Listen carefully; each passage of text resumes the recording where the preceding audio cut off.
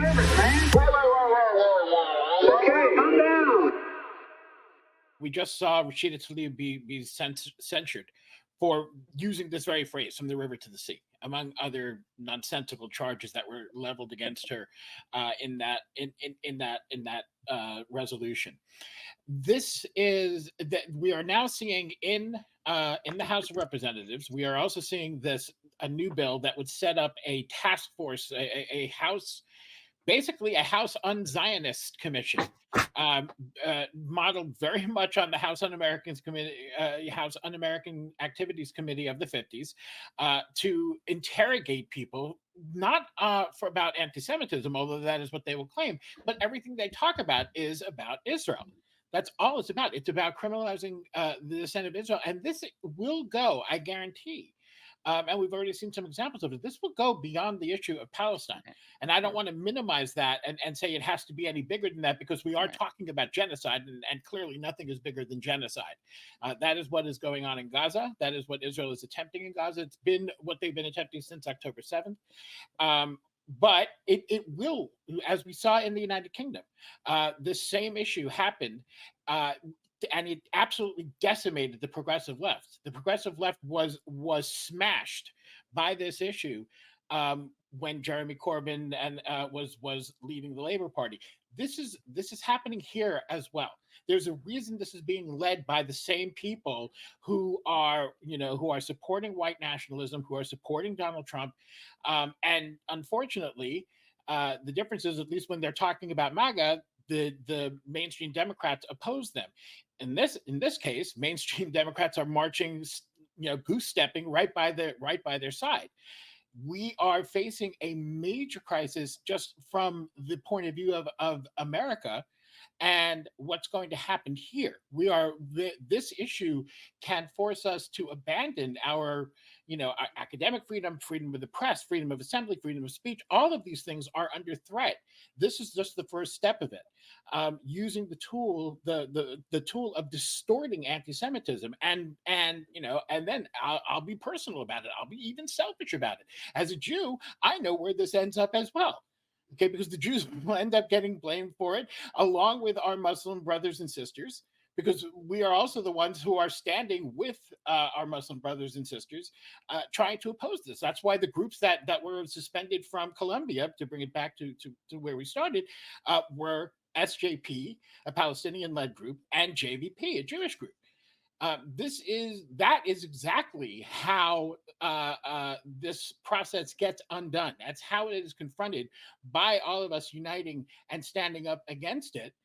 But we have to recognize that what's happening here is a major distortion that is built on years and years and years of redefining Palestinian words, life, and national and personal existence. In this Islamophobic, through all the lens of all of these Islamophobic tropes that we talk about in the report. Also, selfishly, as a Jew, I'd say that I really would appreciate if Israel stopped pretending to be acting in the name of Jews, because they are engaging in genocide, and it's a genocide that lots of Jews don't support. And another thing, speaking of self-interest, is that the more we hear people calling things that aren't anti-Semitic, the less seriously people will take actual anti-Semitism when it does happen. I mean, it's really revolting. It's revolting to see. It's already happened. Real anti-Semitism has completely disappeared from public view. No one even talks about it anymore. The ADL has completely buried it, and it is only focused on criticism. We look who is leading the anti-Semitism fight. It's Elise Stefanik. This woman is a dyed-in-the-wool white nationalist who supports the Great Replacement theory. I mean, there isn't anything as popularly anti-Semitic as that, and this is who the ADL would hold up as a hero. And unfortunately, it isn't just Israel. It is these what I call legacy Jewish groups, these which are so well funded, although they definitely represent nowhere near all of the American Jewish community. The notion that all Jews are a monolith who support Israel plays into speaking of tropes, the dual loyalty trope. you know, the people who conflate being Jewish with being a Zionist are like raging anti-Semites who use those words interchangeably, right? Like the Zionist that, the Zionist that, the Jewish this, the Jewish that, and then the ADL, APAC, and this government of Israel. And there's something I think that's kind of telling. I also wanted to highlight how, especially as an Arab, so I'm originally Egyptian. I was born in Cairo, and what I have been quite confounded with as both a Middle East scholar and also as an Arab American and a Muslim American is how so much of the way in which anti-Semitism is understood is focused and centered and originates from Europe. And it's as if the Palestinians, who really had very little interaction with world Jewry, except for those who were the Mizrahi Jews that had effectively never left, right? That had also been there for centuries. And if you're looking at the late 1800s, the percentage was about 5%, right? Before the various waves or the aliyahs of immigration from Europe. And meanwhile, when the groups that focus on anti-Semitism discuss the history of it, whether it's the Holocaust, whether it's pogroms, whether it's discrimination in the United States, it's all happening in the West. And again, half of my book, The Racial Muslim, is about the history of anti-Semitism and how the racialization of Jews essentially created this precedent that then has led to the racialization of Muslims, right, in ways that hurts their civil rights. So it's not that it's not relevant, and it's extremely important to talk about. But what I find just so perverse is that you have this group of people, the Palestinians, who had nothing to do with any of that awful history in Europe, and then that was extended or transported to the United States, suddenly paying the highest price, oftentimes a deadly price, and then being the face of anti-Semitism, when in fact the entire disagreement is a political disagreement, and it's a land dispute, and it's about two groups of people seeking self-determination. It is not a holy war. It never was a holy war. And all of the various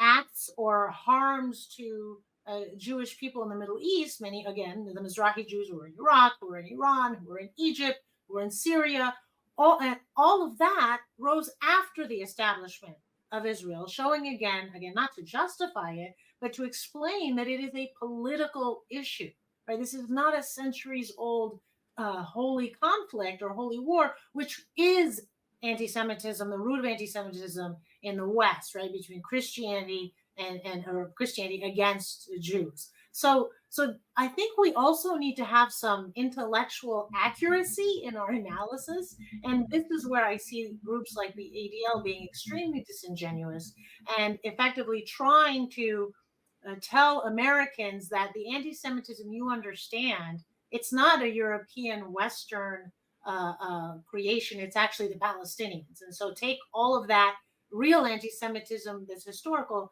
and slap it on them. And as a result, now they are experiencing discrimination, and they are the ones who are being repressed. And finally, I do want to state how important it is that we accurately define anti-Semitism. You know, we had these same debates about Islamophobia right after 9/11, when I was again working with a lot of various groups and civil rights groups. And there were some people who wanted a really broad definition of anti-Semitism, of Islamophobia, you know, to the extent that it was, well, if you criticize if you criticize Saudi Arabia, if you criticize Iran, or if you criticize, you know, Azhar University, which is the oldest Sunni Islamic university, then that's also Islamophobic. And I was very, you know, my position was no, those are nation states, those are monarchies, those are institutions. You can debate it on the merit, but that's very different than discrimination against a particular person because of their religious identity, or discrimination against an entire, you know, religious group. And one of the arguments I made was, not only is it just inaccurate, but also it actually puts Muslims in danger, because at some point people aren't going to believe us anymore, and they're going to think that we're using Islamophobia, we're weaponizing it in order to just silence anyone who doesn't agree with our political analysis of Middle East politics or U.S. foreign policy. And so this debate is not unique to the Jewish American community. But I agree with you. I think that people have the most to lose in the long run are Jewish Americans, because if anti-Semitism means everything all at once, eventually means nothing. And then when it really does happen, people will roll their eyes, shrug their shoulders, and say, "Oh yeah, that was, you tried that, with something that had nothing to do with anti-Semitism. I didn't know it has to do with it today." So I think that's another kind of point of confusion for me, of why so many Jews who may be supportive of Israel's politics at least don't draw that line and go, we all benefit as Jewish Americans to make sure that this is taken seriously, that it is not about political disagreements or political disputes. Right. It's just stifling criticism of Israel, which is how it is so used. I mean, and speaking of making the blaming Muslims for anti-Semitism, didn't Netanyahu said that Hitler got the idea for the Holocaust from a Muslim?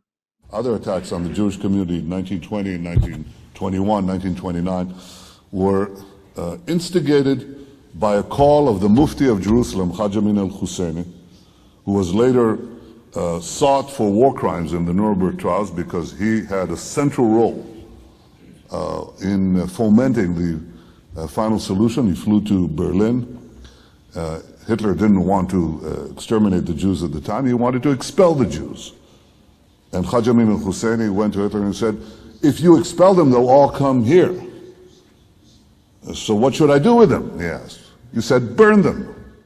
I will say, at least when Netanyahu said that, that's one of those things. He did say it, but it didn't really stick. And I think most people, even people who think like him, were just like, "Dude, that's too over the top. That's embarrassing." Yeah, it's embarrassing. Yeah. And I think people have stopped listening to him.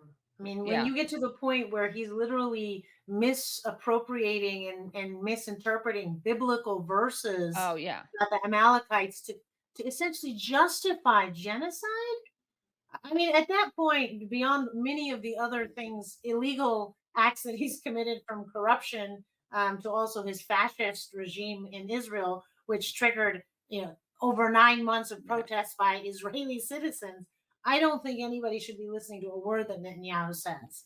Yeah, if I were a Zionist, I'd be like, can you stop saying the quiet part out loud? Like, we don't want to be legally responsible for genocide, right? Because like part of it, as you would know, Sahar, as a law professor, is the intention, as opposed to not just the crimes. Like I was talking to Craig McIver, who resigned from the UN, and over this issue, and he was saying that usually it's really hard. You have to go through all these documents and try to make the case. But Israel, they're just stating their genocidal intentions.